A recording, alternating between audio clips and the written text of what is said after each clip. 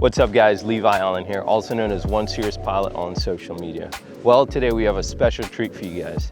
Cirrus reached out and they're gonna give us a demo in the VisionJet G3. You know I fly the VisionJet G2 Plus, so I'm really excited to see the differences and see if it's really worth all the hype. So let's go.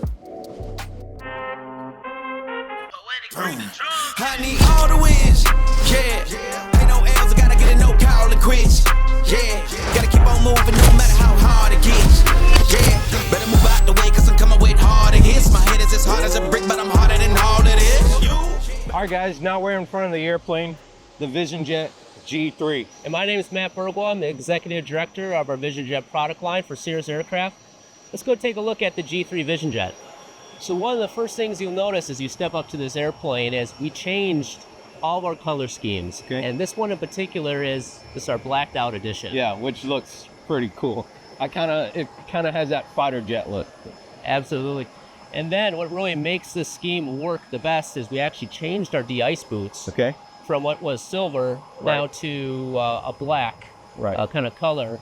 And this is for a few different reasons. One is maintainability. Okay. It's a lot easier to maintain and having it look good.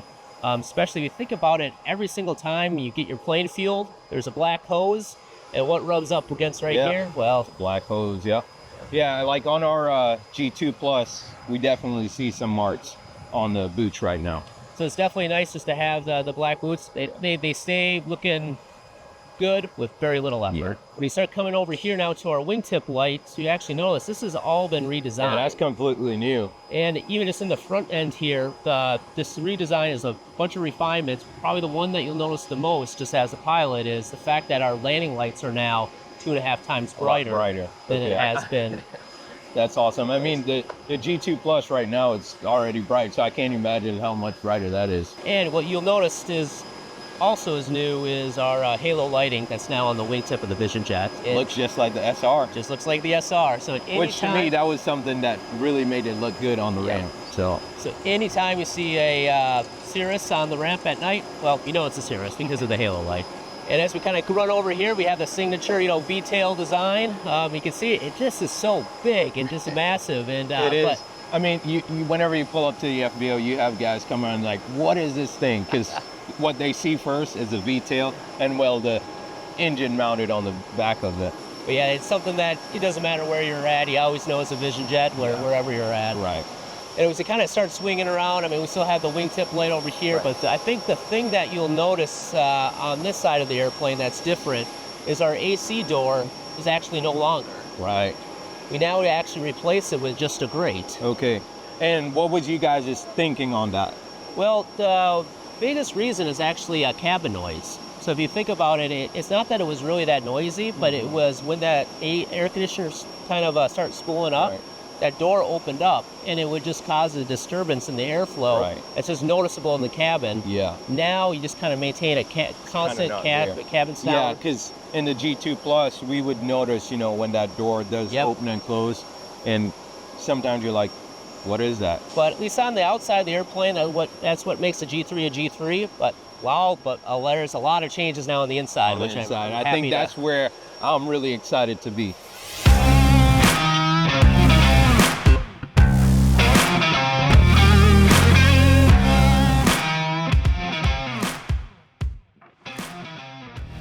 All right, guys, so now we're in the airplane. This is typically not where I would sit, but I still think this is where we need to sit to talk about what's going on the inside here.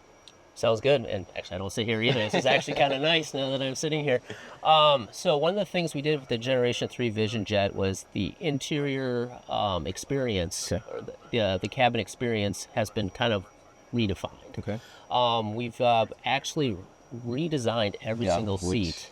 That is in. I'm not gonna lie. I'm already sitting here, and I could feel the difference in the padding. Can you? Sure. Yeah.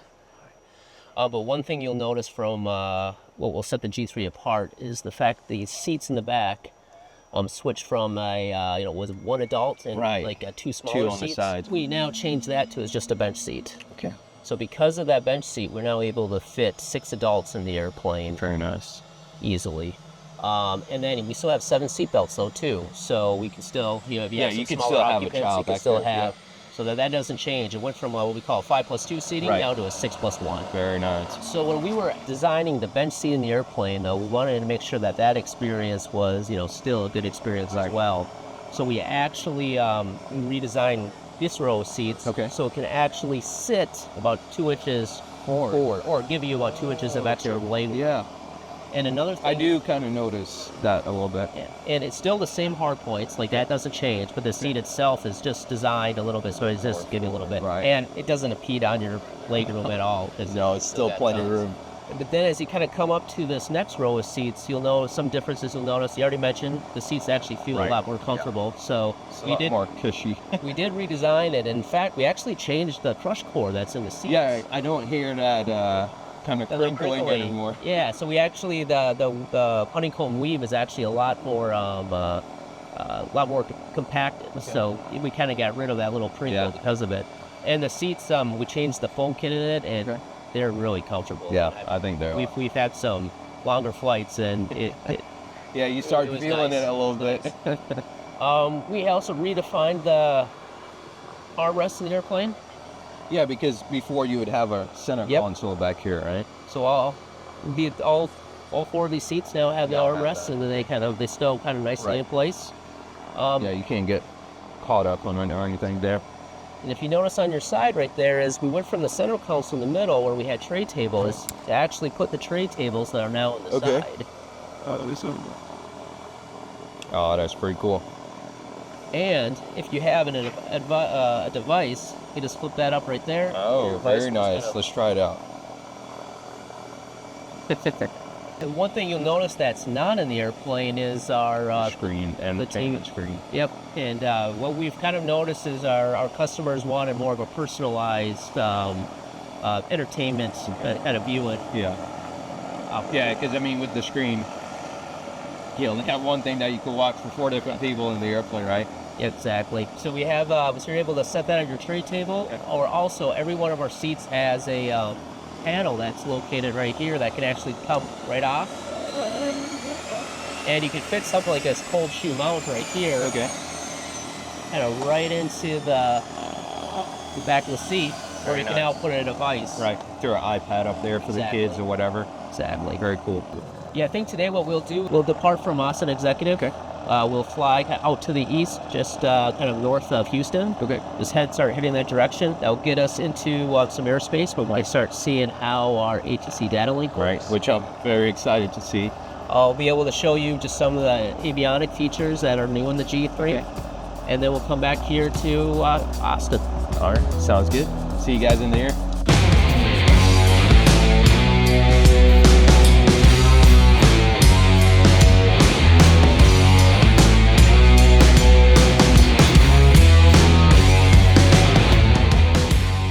So some things you'll notice here, we have the 3D safe taxi.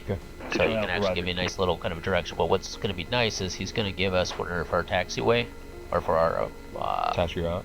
Yeah, we could probably hit him. You can go, yeah, you can hit 1-3 or hold short. Anytime if you want to hold short, you can hold short or whatever. Found out.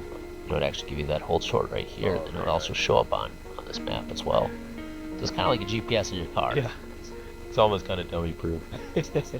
It's very helpful, especially in familiar airports. Yeah, busy airports, big airports, lots of taxiways and stuff like that. I can see how it could be helpful.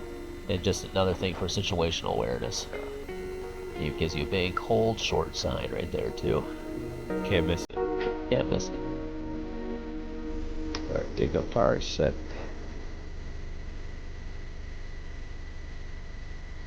Your speed's flat. For 85.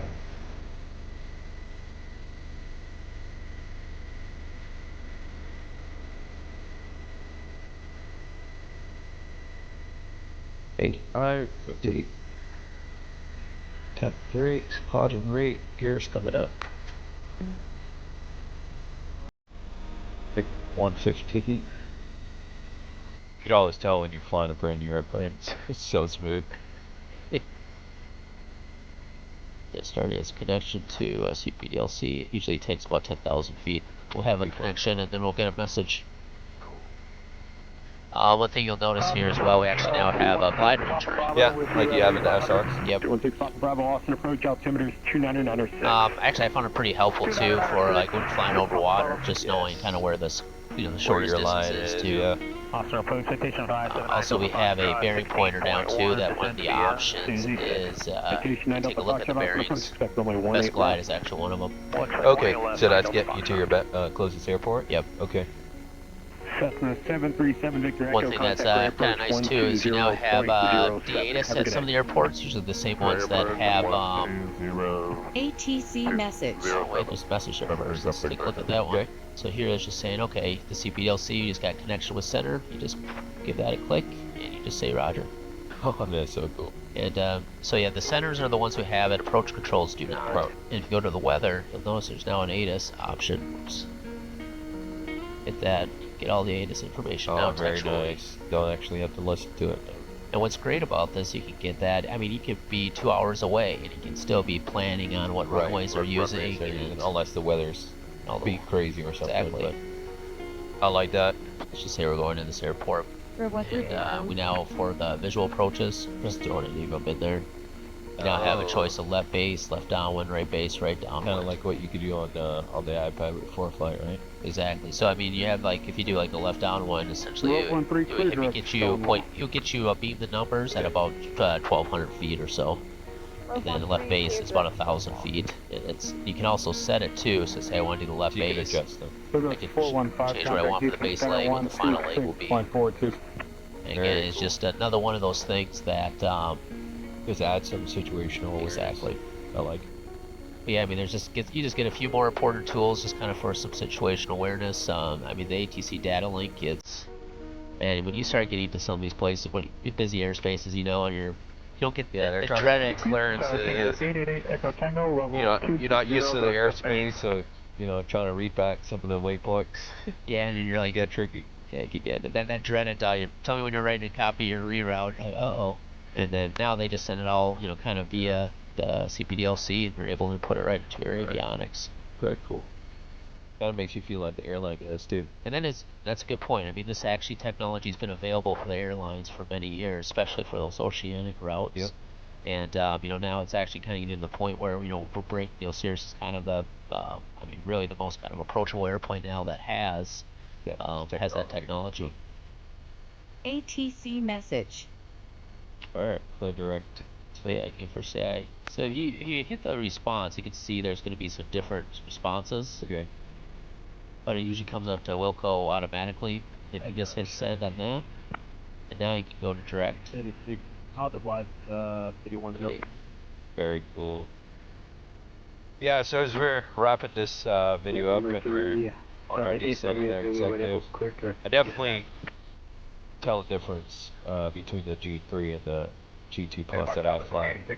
To me, the biggest thing is the outside of the aircraft. It looks pretty cool with the UPH key. You have the black boots. That looks pretty slick. And then the other big difference too is that AC thing.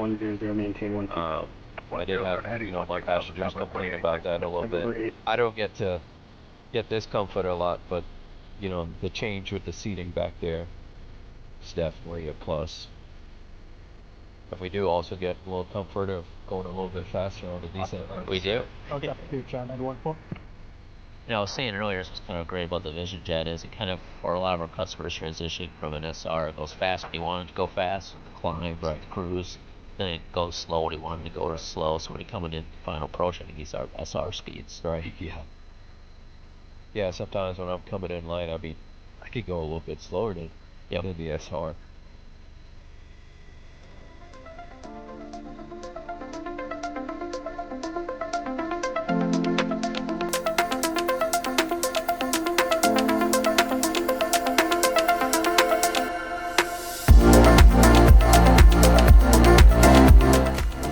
You've done this before.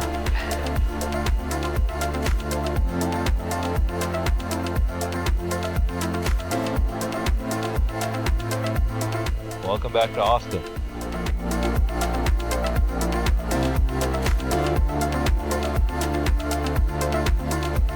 Alright guys, thank you for watching. I hope you enjoyed it. I know I did. I also want to say a huge thank you to Cirrus for setting this up. It was actually a really good experience, and hopefully I'll get some more time flying this thing. So we'll see you guys.